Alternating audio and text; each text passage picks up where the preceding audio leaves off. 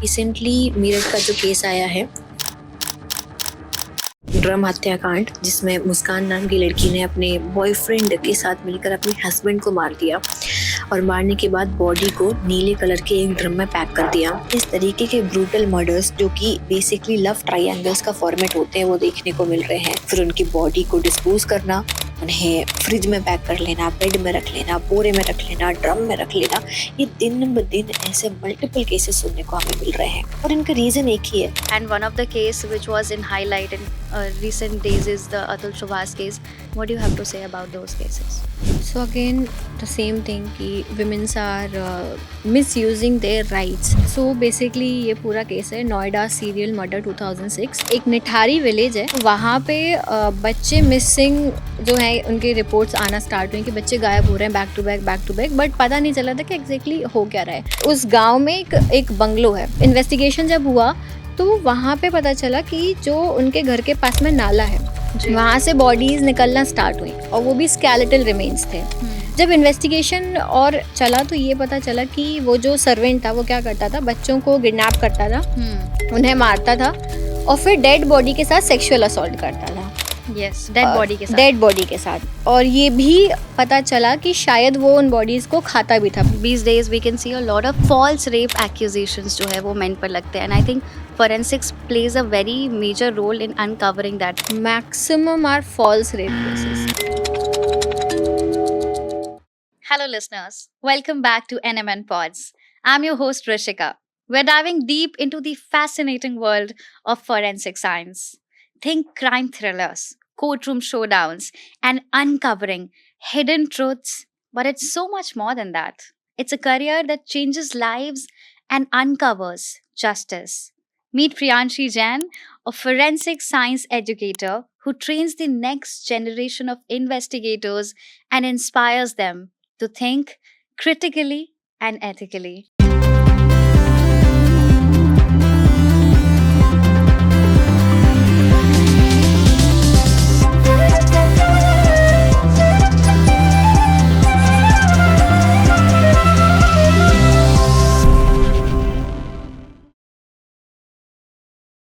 Priyanshi, welcome to NMN Pods. It's so exciting to have you here. How are you doing? Thank you so much. I'm good. Priyanshi, there's a whole world out there, youngsters, who are so fascinated by forensics and by true crimes, of course. All the true crime buffs are truly fascinated with the forensic science, how forensic can crack the most of the difficult cases. I'll just start by saying that जब भी हम forensics की बात करते हैं, like half of India, in my head there's come CID and then there's Dr. Salauke जो उनके पास कुछ भी लेकर के आओ वो solve कर देते थे. How did you get inspired to come into this forensic science, this field? So basically मैंने नई CID देख के ज्वाइन किया forensics. Thank God. बट हाँ, मुझे कुछ डिफरेंट करना था, कुछ यूनिक करना था, बिकॉज जनरली जो स्टूडेंट्स बायो फील्ड से होते हैं वो सिर्फ एक ही उन्हें रास्ता पता हो कि हमें MBBS करना है, बस डॉक्टर बनना है. बट आई वॉज लाइक कि नहीं, कुछ इंटरेस्टिंग करना है, कुछ डिफरेंट सा करना है. So I just started doing my research और मुझे पता चला कि in my area we have the best forensic science university. फिर मैंने उस सब्जेक्ट को एक्सप्लोर किया, फिर मैंने उसमें अपनी स्टडी स्टार्ट करी. I completed my bachelors, my masters, and then I started working in this field only so that student will get aware about it. पता ही नहीं है लोगों को कि exactly forensic है क्या. वही टीवी वगैरह में देख के उन्हें वो लगता है कि बस यही है forensics, but reality is very different. आप हमारे व्यूअर्स को बताइए कि एक्चुअली में फोरेंसिक्स होता क्या है. सो बेसिकली फॉरेंसिक साइंस में जो हम टीवी में देखते हैं कहीं ना कहीं वो सच है, बट नॉट 100%. 50% हम बोल सकते हैं वो सच है और 50% चीज़ें बहुत ज़्यादा कॉम्प्लिकेटेड होती हैं. इतना ईजी नहीं होता है कि आप बस क्राइम सीन पे गए, आपने एविडेंसेस उठाए और बस लैब में आके आपने सर्च किया और रिजल्ट आ गया. इतना ईजी प्रोसेस नहीं है, बहुत टाइम टेकिंग प्रोसेस है ये. ओके. सो प्रियांशी, फोरेंसिक्स का बहुत बड़ा हाथ रहता है in solving major cases. And one case that I can think of is the Nithari village, जो 2006 में हुआ था. And it is one of the most discussed cases in the history, जहाँ पर बच्चों के body parts मिले थे घर के बाहर. And people thought that it's not the kids, किसी जानवर के body parts. And eventually जब और bones मिलने लगे तो पता चला कि these are the kids. तो उस केस में could you just delve deeper into that case and tell us कि उसमें फॉरेंसिक्स का कितना बड़ा हाथ रहा था उस केस को सॉल्व करने में. सो बेसिकली ये पूरा केस है नोएडा सीरियल मर्डर 2006. तो एक निठारी विलेज है जो दिल्ली का ही एक पार्ट है, नोएडा का पार्ट है बेसिकली निठारी विलेज. तो वहाँ पे बच्चे मिसिंग जो है उनके रिपोर्ट्स आना स्टार्ट हुई कि बच्चे गायब हो रहे हैं बैक टू बैक, बट पता नहीं चला था कि एग्जैक्टली हो क्या रहा है. फिर एक दिन एक पायल नाम की लड़की गायब होती है. तो उसके फादर ने थोड़ा इनिशिएट किया कि नहीं, और तो हमें जो है इस पे इन्वेस्टिगेट करना ज़रूरी है. तो उन्होंने जाके एफआईआर लिखवाने की कोशिश करी तो पुलिस ने मना कर दिया कि नहीं लिखेंगे हम कोई एफआईआर. फिर उसके बाद में जब वो थोड़ा सा ऊपर लेवल पर गए तो उनकी एफआईआर रजिस्टर कराई गई. फिर उस पर इन्वेस्टिगेशन स्टार्ट कराया गया. तो ये पता चला कि उस गांव में एक बंगलो है. वो निठारी जो है वहाँ पे एक बंगलो है, एक कोठी है. वो बिजनेसमैन की कोठी है, मोनिंदर सिंह पांडेर की. तो वहां तक तो बच्चे जो थे वो देखे गए हैं. उसके बाद से बच्चे गायब हैं उस एरिया से. तो थोड़ा सा शक गया कि वहाँ पे क्या हुआ एग्जैक्टली. तो इन्वेस्टिगेशन जब हुआ तो वहां पे पता चला कि जो उनके घर के पास में नाला है वहां से बॉडीज निकलना स्टार्ट हुई, और वो भी स्केलेटल रिमेन्स थे. तो पूरा स्केलेटल भी नहीं था, काफी टाइम से बच्चे गायब हो रहे थे. तो कुछ पार्ट्स मिल रहे हैं, किसी का हाथ मिल रहा है, किसी का पैर, किसी का स्कल मिल रहा है. तो सब अलग अलग पार्ट्स मिल रहे हैं. जब फॉरेंसिक टीम ने उसे इन्वेस्टिगेट करना स्टार्ट करा तो नंबर ऑफ बॉडीज की एग्जैक्टली क्या नंबर है वो पता चला. तो 16 बॉडीज तो आइडेंटिफाई कर ली गई, बट उसके अलावा पता ही नहीं चला कि और कितनी बॉडीज थी जो चली गई कहीं पर, जो मिली ही नहीं. कितना ही सर्च करा नहीं मिली, बट 16 आइडेंटिफाई कर लिए गए थे कि ये पर्टिकुलर बच्चा है. और उनका आइडेंटिफिकेशन किया गया. फॉरेंसिक एंथ्रोपोमेट्री होता है जिसमें हम बेसिकली जो स्केलेटल है उससे आइडेंटिफाई करते हैं एज, सेक्स, हाइट. और फिर हम अगर हमें स्कल मिला है तो हम स्कल सुपर इम्पोजिशन एक टेक्निक होती है जिससे हम ये आइडेंटिफाई करते हैं कि एग्जैक्टली ये कौन पर्सन है, ये किसकी बॉडी है. अगर स्कल मिला है तो पूरी बॉडी से हम इतना आइडेंटिफाई नहीं कर सकते हैं. सिर्फ स्कल से उसका एज और हाइट ये सब सिर्फ स्कल से पता नहीं, एज और हाइट तो आपको किसी भी बोन से पता चल जाएगा. स्कल सुपर इम्पोजिशन एग्जैक्ट हम फेस जो डेवलप कर सकते हैं वो स्कल सुपर इम्पोजिशन से कर सकते हैं. ठीक है. तो ये पता चल गया था. उसके बाद में अगर हम प्रेजेंट इसके वर्डिक्ट की बात करें तो उन्हें छोड़ दिया गया है. अहमदाबाद हाई कोर्ट ने मोनिंदर सिंह पांडेर और जो उनका सर्वेंट था दोनों को ही अभी छोड़ दिया गया है. और ये बोला गया कि lack of evidences, but evidences बहुत क्लियर थे. जब उनके घर में इन्वेस्टिगेट करा तो ब्लड स्टेन्स भी मिले और भी बायोलॉजिकल एविडेंसेस कलेक्ट करे गए थे. बट स्टिल उन्हें ये बोल के कि एविडेंस की कमी के कारण हम आपको छोड़ रहे हैं. जब इन्वेस्टिगेशन और चला तो ये पता चला कि वो जो सर्वेंट था वो क्या करता था, बच्चों को किडनैप करता था, उन्हें मारता था और फिर डेड बॉडी के साथ सेक्सुअल असॉल्ट करता था. डेड बॉडी के साथ. और ये भी पता चला कि शायद वो उन बॉडीज को खाता भी था पका के. कैनिबलिज्म. हाँ, कैनाबिलिज्म. बट वो अभी एकदम 100% श्योर नहीं है उस चीज को लेके. बट हाँ, necrophilia which is basically psychological disorder in which a person does sexual assault with dead bodies. वो नेक्रोफिलिया था, उसे ये चीज बताई गई थी. इस केस में we saw that there were two individuals. One was the businessman and the other one was his serviceman जो उनके घर पे रहता था and he used to serve him. And the case has enough evidence for both of them. Yet all the blame was shifted to this individual who was not very well off, who used to work for that person. So forensics के हिसाब से evidence क्या दोनों के लिए थे या फिर because of his political affluence he was saved from that case? Actually इसमें हुआ ये कि जो मोनिंदर सिंह पांडे जो बिजनेसमैन है वो कम आया करता था वहां पे. जो सर्वेंट था वही पूरे घर की देखभाल करता था. तो इसी वजह से जो बिजनेसमैन था उसको कम चार्जेस लगाए गए थे. मैक्सिमम जो चार्जेस थे वो थे सर्वेंट के ऊपर. वो necrophilia is basically a psychological disorder. Yes. तो ये जब पता चला कि जब उसने ये चीज एक्सेप्ट करी कि हाँ मैं पहले मारता था फिर And dead then he body used के साथ to- सेक्सुअल असॉल्ट करता था, तो तब ये चीज पता चली, it is a part of forensic psychology, कि नेक्रोफिलिया में जो पर्सन है ना वो सिर्फ डेड बॉडीज के साथ ही सेक्सुअल असॉल्ट करेगा। लिविंग बॉडी मतलब वो किडनैप करता था तो पहले सेक्सुअल असॉल्ट करे फिर मर्डर करे, बट वो पहले मर्डर करेगा फिर ही सेक्सुअल असॉल्ट करेगा।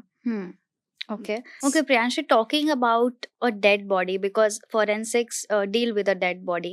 So tell me कि ये जो dead body होता है वो कितने दिनों में decompose होता है और कब तक वो dead body इस हालात में रहता है कि आप उनसे sufficient evidence निकाल पाएं? Till what time can you like still get information out of a dead body? सी जो डिकम्पोजिशन होता है बॉडी का वो स्टार्ट होता है 48 आवर्स के बाद में। Okay. Now it also depends on the environmental condition, किस ठीक है। कंडीशन में बॉडी है। अगर आप उसको फ्रीज करके रख दोगे तो वो डिकम्पोज नहीं होगा, जितने दिन रखना आप रख सकते हो। बट अगर वो ओपन एनवायरमेंट में है जहाँ पे धूप है, जहाँ पर टेम्परेचर हाई है, जहाँ पे बारिश भी हो रही है, जहाँ पे सॉइल है, जहाँ पे सब कुछ प्रेजेंट है, तो वहाँ डिकम्पोजिशन जल्दी होगा। जल्दी होगा। हाँ, तो 48 आवर्स के बाद में डिकम्पोजिशन का प्रोसेस स्टार्ट हो जाता है और वो ज़्यादा टाइम तक लास्ट नहीं करता है। डिकम्पोज जल्दी हो जाती है body, within a week पूरी बॉडी डिकम्पोज हो चुकी होगी। Okay. और इसके बाद में जो आपने पूछा कि हम कितने टाइम तक उसमें से एविडेंसेस एक्सट्रैक्ट कर सकते हैं, तो वो हमें जब भी बॉडी मिलेगी, चाहे वो आज से 10 साल बाद मिले, हम उससे एविडेंस एक्सट्रैक्ट कर सकते हैं। जब हमें बॉडी अर्ली स्टेज पे मिल रही है तो वहाँ पे हमें ज़्यादा चीज़ें हैं, टिश्यूज मिल जाएंगे हमें वहाँ पे। इवन अगर कोई फॉर एग्जाम्पल रेप केस हुआ है या कुछ भी असॉल्ट भी है, तो हम उसमें से ये देख सकते हैं कि हमें हेयर सैंपल्स मिल सकते हैं, किसी दूसरे पर्सन के टिश्यू के सैंपल्स हमें नेल्स में से मिल सकते हैं विक्टिम के। अब अगर आप टाइम लगाओगे एविडेंस कलेक्शन में तो वो सारी चीज़ें विथ टाइम वो हटती जाएंगी, तो ये चीज़ प्रॉब्लमेटिक हो सकती है। और स्केलेटन से आप बहुत सारे आइडेंटिफिकेशन नहीं कर सकते हो जितना आप टिश्यू से कर सकते हो। Yes. डिकम्पोजिशन में एक बहुत इंपॉर्टेंट पार्ट होता है एंटोमोलॉजी का, जो मैंने पहले भी डिस्कस करा था। तो जो इंसेक्ट्स होते हैं, जैसे ही बॉडी का डिकम्पोजिशन स्टार्ट होता है तो वो धीरे धीरे करके इंसेक्ट आना स्टार्ट करते हैं। ऐसा नहीं होता कि सारे इंसेक्ट एक साथ आ जाते हैं। फ्लाइज आएंगी, फिर बीटल्स आएंगी, फिर उसके बाद में एंड्स, रेट अगर प्रेजेंट है तो रेट्स आएंगे, और जो लास्ट स्टेज होता है वो होता है मैगेट्स। Okay. तो ये इनकी एक लाइफ साइकिल चलती है। तो जो हमें बॉडी मिलती है, जो मैंने बताया था आइडेंटिफिकेशन हम कर सकते हैं टाइम ऑफ डेथ की, इस बॉडी की डेथ कब हुई थी, तो वो हम उसी के बेसिस पे करते हैं। जो इंसेक्ट होता है उसकी एक लाइफ साइकिल होती है प्रॉपर, कि इतने दिन में ये वहाँ पे एग्स देगा, फिर वो मैच्योर होगा और इतने दिन बाद यहाँ से चला जाएगा, ये वहाँ रहेगा नहीं। तो उसके बेसिस पे हम टाइम ऑफ डेथ निकालते हैं। उस बॉडी का क्या एग्जैक्ट टाइम था वो हम निकाल सकते हैं। कंप्लीट डिकम्पोजिशन के बाद भी पॉसिबल है, but at the time of decomposition, during decomposition, it is much easier to identify what was the exact time of death. Okay. एक जो क्रिमिनल होगा उसका मेन फोकस क्राइम करने के बाद एविडेंसेस को साफ करने का रहता है। तो उन्हें लगता है कि मैंने जो सामने नहीं दिख रहा है वो हमने पूरा क्लीन कर दिया है, कोई भी ब्लड स्टेन नहीं है, जो कपड़ों पे ब्लड स्टेन से वो भी वॉश करके हटा दिए, तो बस अब कुछ नहीं होगा। But that is not true. Okay. क्योंकि हम बहुत सारी ऐसी चीज़ों का यूज़ करते हैं। एक मैं बहुत बेसिक सी चीज़ें यहाँ बताऊंगी, light sources. Different light sources आते हैं जो हमारे पास होते हैं, कि IR हो गया, UV हो गया, और डिफरेंट लाइट सोर्सेज होते हैं। हम उन लाइट सोर्सेज का यूज़ करके आइडेंटिफाई कर लेते हैं कि यहाँ से कुछ चीज़ जो है वो वॉश करी गई है, और अगर ब्लड वहाँ से क्लीन किया गया है तो वो हमें क्लियरली पता चल जाएगा। जैसे ही हम वो लाइट वहाँ पे डालेंगे, we will be able to see कि यहाँ पे स्टेन था और इसे यहाँ से क्लीन किया गया है। So when we talk about forensic science, there's always rape victims, but these days we can see a lot of false rape accusations जो है वो men पर लगते हैं, and I think forensics plays a very major role in uncovering that. How many of these cases have you personally encountered wherein you have cracked कि नहीं ये false rape case है या ये सही rape charges लगे हैं? Maximum are false rape cases. Really? Maximum, because basically women are misusing their rights. कि क्योंकि जो रियल केसेस होते हैं वो तो जाके वो वुमेन बोल ही नहीं पाती है कि मेरे साथ ऐसा कुछ हुआ है, और ये जो एकदम केसेस जाते हैं वो मैक्सिमम फॉल्स केसेस आते हैं, जस्ट बिकॉज या तो हस्बैंड वाइफ के बीच में कुछ प्रॉब्लम्स चल रही हैं, तो वो धमकाती हैं उन्हें कि मैं आपके ऊपर रेप केस लगा दूंगी और ऐसा वैसा करके, तो मैक्सिमम केसेस फॉल्स ही होते हैं। अब जनरली क्या, वुमेन ने अगर बोल दिया तो उस पे ज्यादा इन्वेस्टिगेशन नहीं करते हैं, सीधे हाँ कि बोला है तो ऐसा हुआ हुआ है। होगा। तो इस चीज को चेंज करना बहुत इंपॉर्टेंट है, क्योंकि जो मिसयूज हो रहा है इस राइट का, उसकी वजह से कितने सारे मेल्स सुसाइड कर लेते हैं। That's तो true. इस चीज में थोड़ा चेंज होना जरूरी है लॉज में। डेफिनेटली कहीं ना कहीं अब जो है लोग बहुत अवेयर हैं, specially womens are very educated, उन्हें पता है कि हमारे पास क्या क्या राइट्स हैं, that's why they are misusing their rights. जब फॉल्स रेप केसेस होते हैं तो it's most of a marital rape case, right? Because you said कि हस्बैंड्स पर एक्यूजेशंस लगते हैं।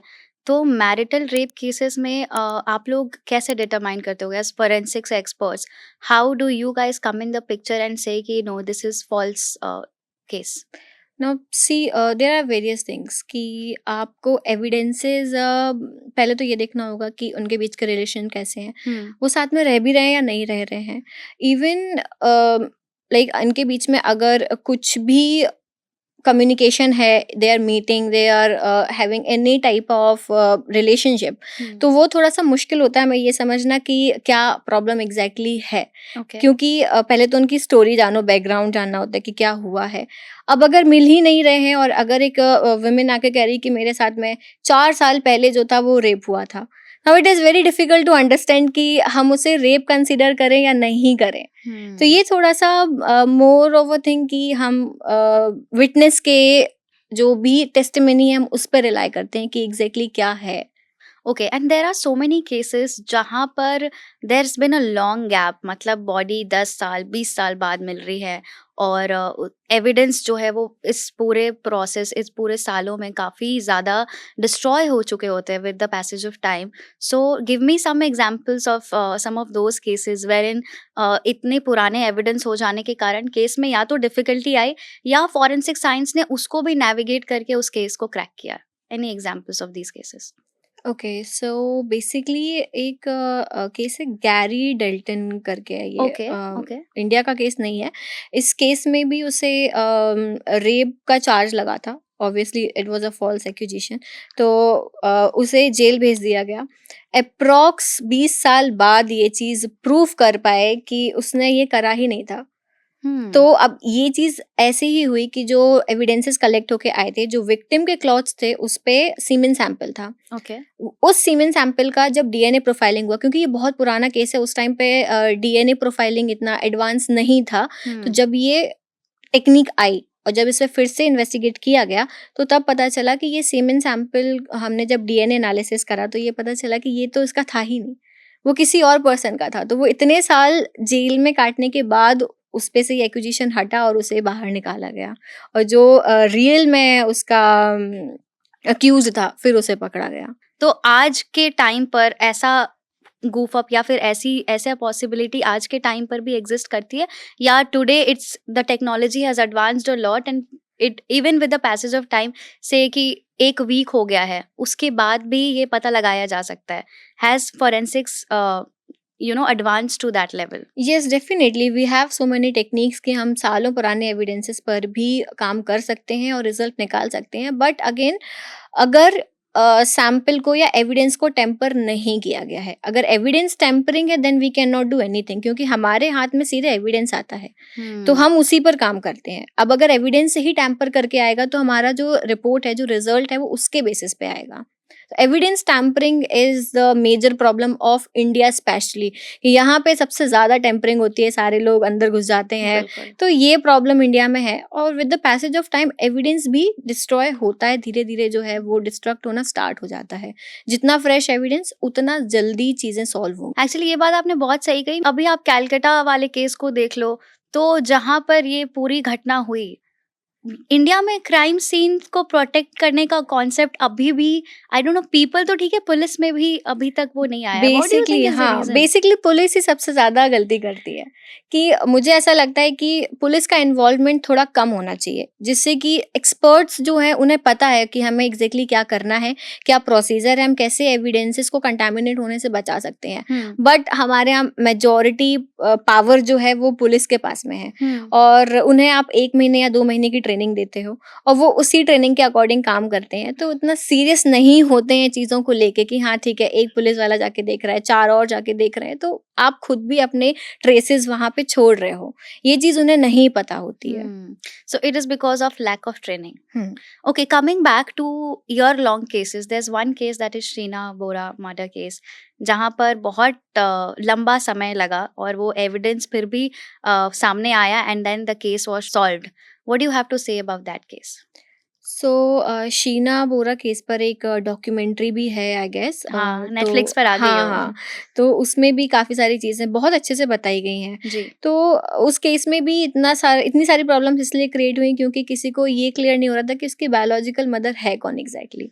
जब ये पता चला कि उसने खुद भी बातों को, जो है इंद्राणी मुखर्जी ने बातों को बहुत रोटेट किया, Yes. बताना ही नहीं चाहा that she is my daughter. जब बाद में डीएनए प्रोफाइलिंग किया गया तब पता चला और ये पूरी कॉन्स्पिरेसी जो थी वो क्लियर आउट हुई। तो बेसिकली जो वो मिला था, बॉडी मिली थी जो, तो उसमें क्या था, वो पूरी बॉडी जला दी गई थी और डीएनए एनालिसिस किया गया और ये भी पता लगाया गया कि कितनी स्केलेटल पे इंजरीज, क्योंकि अब इतने टाइम बाद 2012 में आई थिंक उसे मारा गया था और 2015 में ये केस रीओपन हुआ था। इतने सालों तक इस केस पे कोई बात ही नहीं की गई। जी। तो 2015 में जब वो ड्राइवर ने कन्फेस किया और जब उसने सबकी जो है पोल पट्टी खोल दी कि ऐसा ऐसा था, तो वो केस ओपन हुआ, तब जाके एविडेंसेस पर फिर से काम हुआ। तब पता चला कि क्या इसके पीछे की कहानी है। स्केलेटल रिमेन्स मिले, डीएनए एनालिसिस हुआ, जी। बॉडी को बर्न कर दिया गया था, तो वो बहुत डिफिकल्ट हुआ आइडेंटिफिकेशन में कि वो एग्जैक्टली बॉडी शीना बोरा की थी भी या नहीं। तो वो डीएनए नहीं आइडेंटिफाई करा, फिर मदर के डीएनए से उसको कंफर्म किया गया कि ये एग्जैक्टली है क्या, किसकी बेटी है। जब वो मैचिंग हो गया, डीएनए मैच हो गया, तब ये प्रूफ हुआ कि हाँ अब वो जो है इतने टाइम पहले इसकी डेथ हो चुकी थी। अगेन अब ये कैसे पता चला कि कितने टाइम पहले इसकी डेथ हो चुकी थी, Yes. कितने सालों से ये जमीन के अंदर स्केलेटल पड़ा हुआ है। तो फिर उसमें आइडेंटिफिकेशन ऐसा करा गया कि जो बॉडी मिली थी, जो स्केलेटल थे, कुछ टिश्यूज भी मिले थे उसमें। ऐसा नहीं था कि पूरा डिकम्पोज हो गया था, सम माइन्यूट पार्ट ऑफ टिश्यू मिल जाता है। अच्छा। तो वो जो हमें सॉइल के साथ में टिश्यू के सैंपल्स मिले थे, उससे आइडेंटिफाई किया गया कि ये कितना पुराना टिश्यू है। अब अगर इस केस से थोड़ा सा हट के बात करें तो नॉर्मली भी अगर हमें कोई डिकम्पोज बॉडी मिलती है और अगर उसमें से हमें टिश्यूज मिल जाते हैं या कोई भी हमें इंसेक्ट मिल जाता है, तो हम उस इंसेक्ट को देख के ये आइडेंटिफाई कर सकते हैं कि ये बॉडी कितनी पुरानी है। ये भी फॉरेंसिक एंटोमोलॉजी का पार्ट होता है कि इंसेक्ट की एक पर्टिकुलर लाइफ साइकिल होती है, वो उतने ही दिन के बाद वहाँ आएगा और उतने टाइम पीरियड तक ही रहेगा। तो उससे हमें ये आइडेंटिफिकेशन हो जाता है कि ये बॉडी कितने दिन पुरानी हो सकती है। Okay.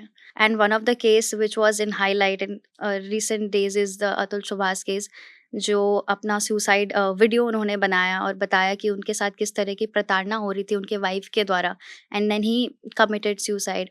What do you have to say about those cases? So again, the same thing कि women's are misusing their rights.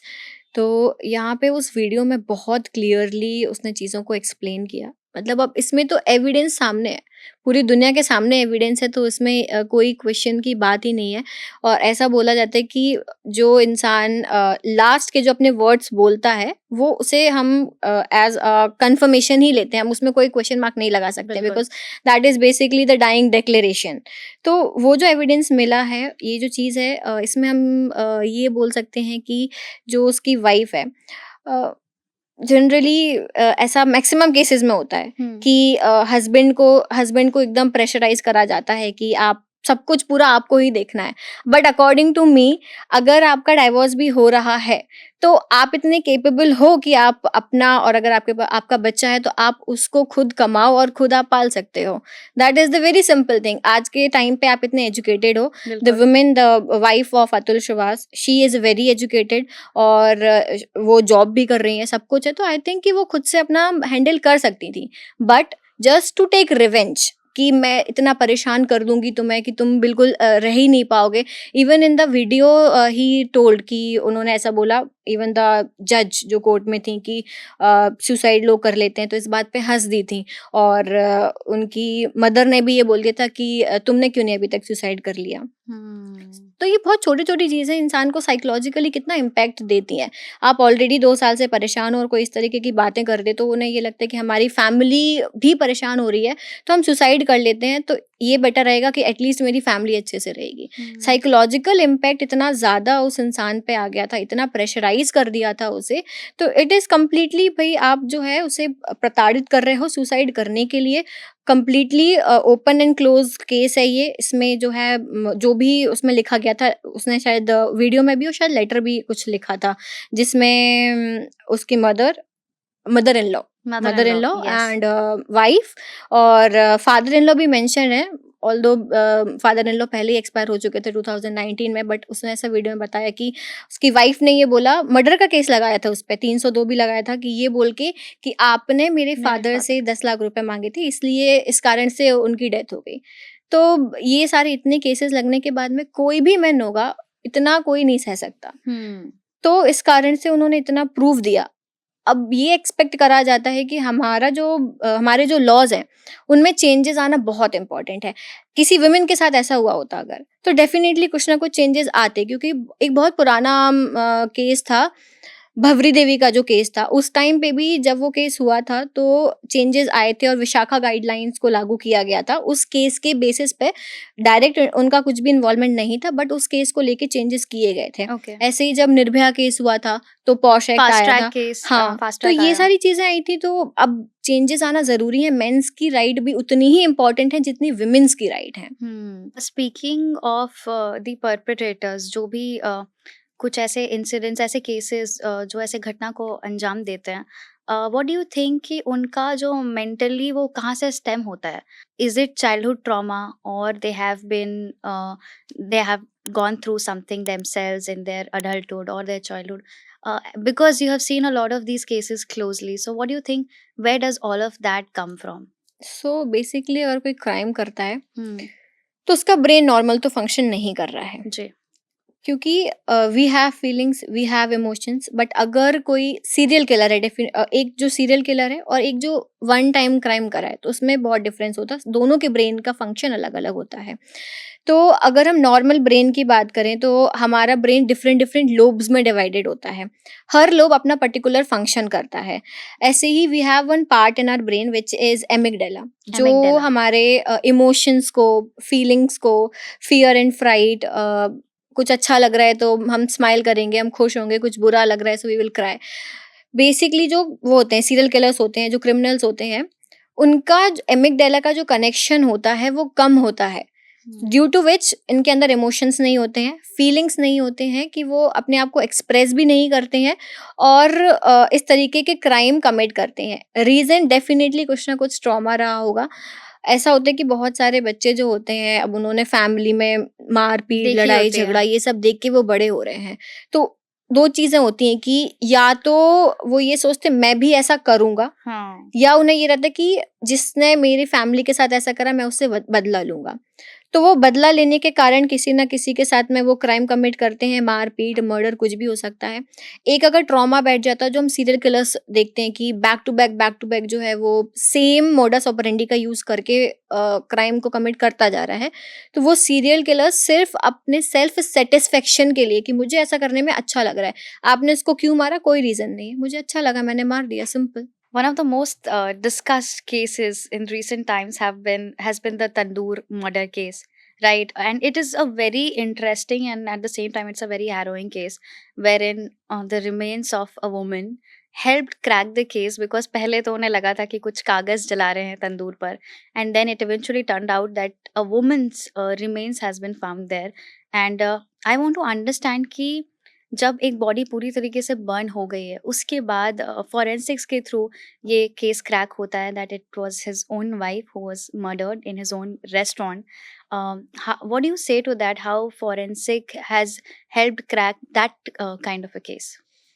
तो इस केस में बेसिकली जो बॉडी थी वो पूरी बर्न्ड, जल चुकी थी सारी, लेकिन स्टिल एक लुकार्ट का प्रिंसिपल होता है, प्रिंसिपल ऑफ एक्सचेंज। इसके अकॉर्डिंग आप कुछ भी क्राइम सीन पे अगर कोई गया भी है तो कुछ ना कुछ आपको मटेरियल मिलेगा। तो कितना ही आपने एविडेंसेस को डिस्ट्रॉय करने की कोशिश करी है, बट हमें वहाँ से एविडेंस मिलेगा और हम उसे आइडेंटिफिकेशन कर सकते हैं। तो जो ट्रेसेस मिले उससे डीएनए प्रोफाइलिंग की गई। डीएनए प्रोफाइलिंग कहीं न कहीं बहुत डिफ़िकल्ट था क्योंकि सारी बॉडी जल चुकी है।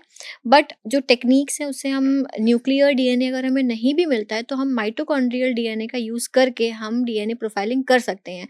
It is very difficult process but at the same time it can be done. Okay. तो वो प्रोफाइलिंग करके पता चल गया कि ये बॉडी जो है इसी पर्सन की थी। सेकेंडली जो डेथ का रीज़न है वो ये नहीं था। डेथ का जो रीज़न था वो ऑटोप्सी के बाद ये पता चला कि उसे गोली मारी गई थी, एक सर में और एक जो थी वो नेक पे, और ये आइडेंटिफिकेशन वो जो स्कल रिमेन्स मिले ओके। उससे हुआ। अब जो फॉरेंसिक ओडोंटोलॉजी बोलते हैं यानी जो टीथ होता है, ओके। तो जो टीथ है वो थोड़ा-सा डिफ़िकल्ट होता है, इतनी जल्दी वो ना तो बर्न होगा ना ही डिकम्पोज़ होगा, बहुत टाइम लेता है। तो फोरेंसिक ओडोंटोलॉजी का यूज़ करके आइडेंटिफ़िकेशन उससे भी किया गया था, जो हुँ। टीथ के रिमेन्स मिले थे। ओके। उससे क्या मतलब पता लगा जो आप टीथ के रिमेन्स के बारे में बात कर रहे हैं, how is that a unique aspect of the forensics? Teeth के रिमेन से आप आइडेंटिफ़िकेशन कर सकते हो कि एज क्या थी, एज आप ओके। क्लियरली आइडेंटिफ़ाई कर स्कल लोगे। से भी कर सकते हैं? स्कल से भी कर सकते हो और आप टीथ से कर सकते हो डायरेक्टली आइडेंटिफिकेशन कि क्या एज थी, वो भी ओके। एग्जैक्ट एज आप पता लगा सकते हो। सेकेंडली उससे हम डीएनए भी एक्सट्रैक्ट कर सकते हैं। हुँ। तो ये 2 चीज़ें मेजरली हैं जो ओके। पॉसिबल हैं, और कितना डिकम्पोज़ हो चुकी है बॉडी अगर, तब भी जो हमें लास्ट चीज़ मिलेगी ही वो हमारे टीथ होते हैं। So I think that helped solve that Tandoor murder hmm. case. Okay, as forensic experts, I'm sure you guys face a lot of challenges. आपकी तो सबसे पहले गाड़ी वहीं थोड़ी रुक जाती है जब एविडेंस जो जहाँ पर क्राइम सीन पर एविडेंस प्रोटेक्ट होना चाहिए वहाँ पे मोस्ट ऑफ द टाइम हो नहीं पाते. So I think that is also one of the major challenges that forensics face. But apart from that, I want to understand what kind of challenges other than this you guys face जिसकी वजह से cases कई कबार solve नहीं हो पाते. तो जो हमें दिखता है, जैसे अभी जो बहुत सारी डॉक्यूमेंट्रीज और वेब सीरीज आती हैं रियल केसेस में, तो उसमें बहुत इजीली दिखा देते हैं कि ऐसा केस हुआ, फिर ऐसे इन्वेस्टिगेट हुआ और वो सॉल्व हो गया। हम्म. बट इतना इजी नहीं है।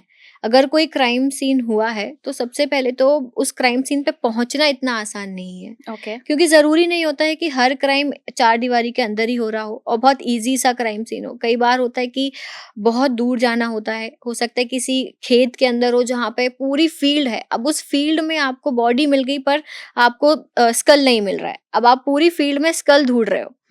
तो हम्म. ये सब चैलेंजेस नहीं दिखते हैं, जनरली नहीं पता चलता है।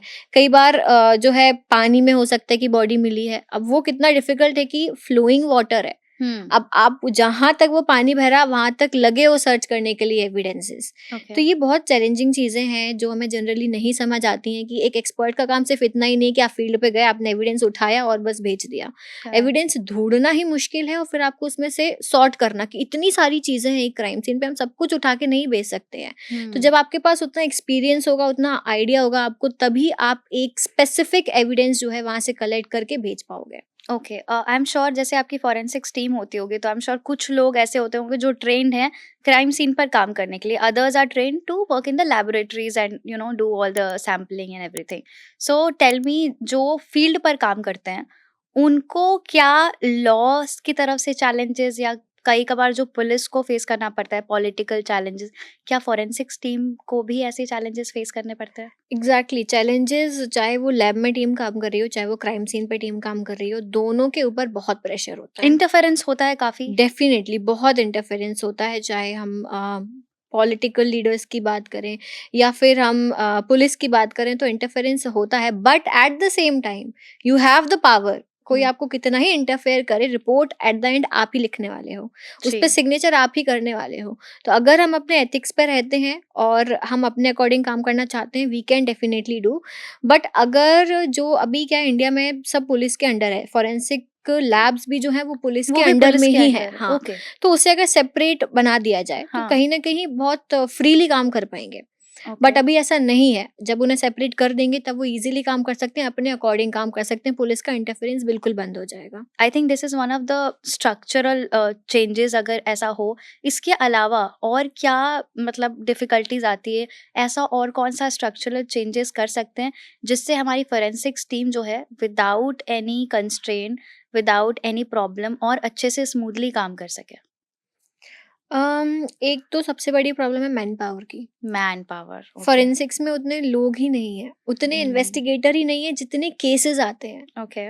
तो जब टीम को आप भेजते हो तो पता चल रहा है टीम में सिर्फ 2 ही लोग हैं। टीम के नाम पे सिर्फ 2 लोग भेज दिए आपने क्राइम सीन को इन्वेस्टिगेट करने के लिए। ओके, ऑल्सो फॉरेंसिक्स के साथ सबसे बड़ी चीज होती है वो डेटा की, because the data that you guys have is so important, so crucial. उसमें अगर रेप केस है या फिर कुछ भी असॉल्ट केस भी है, तो आपके पास बहुत ही क्रूशियल डेटा होता है।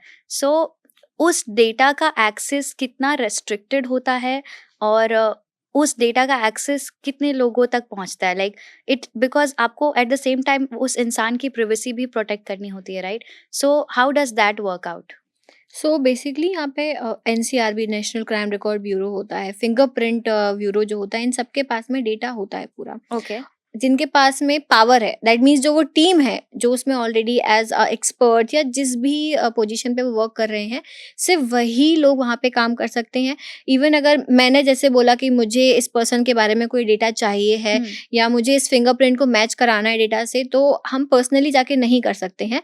आप वो फिंगरप्रिंट भेजो, we will match from our data, और हमें अगर कुछ कंक्लूजन मिलता है, किसी से मैच होता है, तो हम सिर्फ उतनी ही इन्फॉर्मेशन आपको प्रोवाइड करेंगे। Even we as a forensic expert हम पर्सनली जाके सारी चीजों को नहीं देख सकते Okay, हैं। you cannot get access to No. that data. Only the person who's been assigned that case is responsible for that data. Okay, that is good, because इसका बहुत misuse भी हो सकता है, Definitely. right?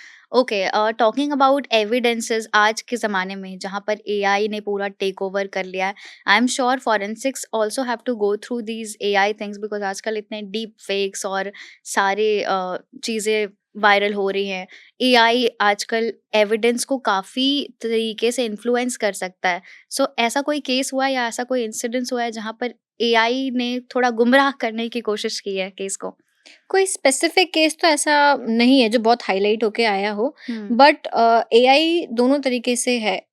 पॉजिटिव इम्पैक्ट भी Boon है and bane. इसका और नेगेटिव इम्पैक्ट भी है। पॉजिटिव इन द सेंस कि इसके आने से हमारी प्रॉब्लम सॉर्ट हो गई कि हम इजीली जो है एविडेंसेस का आइडेंटिफिकेशन कर पा रहे हैं। हम्म। प्रॉब्लम क्या क्रिएट हुई, जो फेक चीजें बनना स्टार्ट हो गई, but that is very easy to identify. I am telling you, Okay, बहुत it's very इजी है easy. कि अगर कोई फोटो जो है जनरेट हो रही है, कोई ऑडियो जनरेट हो रहा है या कुछ भी जनरेट हो रहा है, it is very easy to identify कि वो रियल है या फेक है। Okay. तो वो बहुत बड़ी प्रॉब्लम नहीं है। Forensics में हाँ, नहीं है। बिल्कुल भी नहीं है, बिकॉज अभी तक AI इतना भी डेवलप नहीं हुआ कि फॉरेंसिक एक्सपर्ट्स को बेवकूफ बनाए। क्योंकि जितना वो एआई डेवलप हो रहा है, उतना ही डिजिटल फॉरेंसिक्स भी साथ ही साथ डेवलप हो रहा है, It तो goes हमें hand in प्रॉब्लम hand. नहीं आ रही है। बहुत बढ़िया। ओके, सपोज करिए कि यहाँ पर एक मर्डर हुआ है और हमें दिख रहा है कि 2 ही लोग बैठे थे, यहाँ पे 2 कप्स है। तो ऐसा भी तो कर सकता है, बहुत सारे क्रिमिनल्स ऐसा करते हैं कि फिंगरप्रिंट्स आर्टिफिशियली कप पर ऐसे पेस्ट कर देते। तो फॉरेंसिक्स ये कैसे डिटरमाइन करती है कि ये जो फिंगरप्रिंट यहाँ पर आई है, ये आर्टिफिशियली प्लेस किया गया है या वो जो इंसान बैठा था ये उसी का फिंगरप्रिंट है? How does that work? See एक होता है चांस प्रिंट। ओके। तो जो हम कलेक्ट करते हैं वो चांस प्रिंट्स होते हैं। अगर आप बना रहे हो प्रिंट को तो वो पूरा प्रिंट आएगा, और अगर वो चांस प्रिंट है तो कंप्लीट प्रिंट कभी नहीं मिलेगा। तो ये एक बहुत क्लियर आइडेंटिफिकेशन होता है कि ये प्रिंट यहाँ पे या तो जानबूझ के छोड़ा गया, क्योंकि कंप्लीट प्रिंट आपको अगर मिल रहा है, that is actually not possible. क्योंकि अगर आप क्राइम कर रहे हो तो आप ये ध्यान नहीं दोगे कि मेरा प्रिंट कहाँ कहाँ पे लग रहा है, और अगर आप वहां पे डाल रहे हो किसी का प्रिंट तो आपको Okay. कंप्लीट प्रिंट मिलेगा। ओके। अच्छा, मुझे डर लग रहा है ये सब सुन के कहीं क्रिमिनल्स को ना पता चल जाए। All these things are written in books, ऐसा कुछ नहीं होगा, इसके अच्छा। पीछे ही बहुत चीजें हैं। ओके, हम पूरे राज नहीं खोल रहे हैं, ये बस थोड़ी थोड़ी बातें। मूविंग ऑन, हमारा बेसिकली हम फॉरेंसिक्स और ये सारी चीज़ों से इतना इंट्रीग्ड इसलिए हैं क्योंकि हमने टीवी शोज देखे हैं, हमने सीरीज देखी है, मर्डर मिस्ट्रीज देखी है। I am sure people who are watching us out there are also like कि हमने ये केस में फॉरेंसिक्स ऐसे, that is why they also want to listen to forensics experts कि वो रियल लाइफ जो डेटा है या जो भी इंफॉर्मेशन है उस पर टैप कर पाए। तो how do you think that this movies and TV shows जो है वो इन्फ्लुएंस करता है, लोगों को इंस्पायर करता है to study the real science behind forensics? See somewhere things are misleading, okay. Because अगर आप किसी चीज को, किसी रियल केस को भी अगर आप दिखा रहे हो तो आप उसको थोड़ा सा फैसिनेटिंग बनाओगे कि लोग देखें। एक्सपर्ट्स को इतना फैसिनेटिंग दिखाया जाता है कि like they are coming in very good vans and they are looking very good and all these things, बहुत बट यू आर आल्सो अच्छा। Looking very good. तो मुझे नहीं लगता कुछ गलत दिखाया जा रहा है। But if I am going on a crime scene I will not go like this. हो सकता है आधी रात में कॉल आ रहा है, रात में बुलाया जा रहा है, तो वो फैसिनेटिंग दुनिया देख के ना उन्हें लगता है कि हाँ देखो कितना अच्छा, एकदम सब कुछ अच्छा अच्छा है। बट उसके हिसाब से नहीं होता है। हो सकता है रात में बुला लिया जाए, आपको 24 घंटे काम करना पड़ जाए। सो एज यू सेड कि टीवी शोज में काफी मिसलीडिंग इन्फॉर्मेशन रहते हैं, बट डोंट यू थिंक कि मतलब थोड़ा मिसलीडिंग ही सही, बट एटलीस्ट लोगों को पता तो चल रहा है, क्योंकि पहले तो कुछ नॉलेज भी नहीं था। आज के टाइम पे एटलीस्ट पीपल नो कि फोरेंसिक्स क्या डिपार्टमेंट है, डिटेक्टिव्स क्या होते हैं, पुलिस डिपार्टमेंट होता है जो इन्वेस्टिगेट करता है, there CID and then there FBI जो हम सीरीज देखते हैं। तो अवेयरनेस भी तो आई थिंक स्प्रेड हो रहा है इन सीरीज की वजह से। What do you think? हाँ डेफिनेटली लोगों को पता चल रही हैं चीज़ें कि क्या क्या होते हैं, डिपार्टमेंट्स क्या होते हैं, और स्टूडेंट्स स्पेशली जो देख के कि मुझे भी एक्सपर्ट बनना है, मुझे भी CID में जाना है, मुझे भी जो है IB में जाना है, तो ये सारी चीज़ें तो हैं। बट देखा जाए तो अभी भी कोई उन्हें एग्जैक्ट पाथ नहीं बताता है कि आपको क्या आफ्टर योर क्लास 12th आपको क्या स्टेप लेने चाहिए, क्या एजुकेशन Yes. क्वालिफिकेशन करना चाहिए, क्या डिग्री ज़रूरी है, सर्टिफिकेशंस, डिप्लोमा, ट्रेनिंग, क्या कुछ ज़रूरी होता है, ये अभी भी कोई नहीं बता रहा है। Are people more interested in this field? What do you think, being on the other side? तो अगर हम एशिया की सबसे फर्स्ट फॉरेंसिक साइंस यूनिवर्सिटी की बात करें तो वो डॉक्टर हरि सिंह गौर यूनिवर्सिटी है, जहाँ पर सबसे पहले फॉरेंसिक का कोर्स लॉन्च किया गया था इंडिया में, ये कहाँ पर है? सागर MP। MP तो में है? हाँ, Okay. मेरी एजुकेशन वहीं से है, कंप्लीट एजुकेशन wow. मेरी वहाँ से ही है। तो वहाँ पे सबसे पहले ये कोर्स स्टार्ट किया गया था। इसके बाद में काफ़ी सारे यूनिवर्सिटीज़, NFSU आया। NFSU is one of the top most universities in India right now, Okay. जो काफ़ी वर्क कर रहा है फॉरेंसिक साइंस की फील्ड में। अपार्ट फ्रॉम दैट यूनिवर्सिटीज़ ने बहुत अच्छे अच्छे कोर्सेज लॉन्च कर दिए हैं, but at the same time course तो हैं, लेकिन स्टूडेंट्स को ये नहीं पता कौन सा बेस्ट कोर्स है, किस में हम ज़्यादा जा सकते हैं, किस में अपॉर्चुनिटी ज़्यादा होती है। ये सारी चीज़ें अभी भी कहीं ना कहीं स्टूडेंट्स को मालूम नहीं है।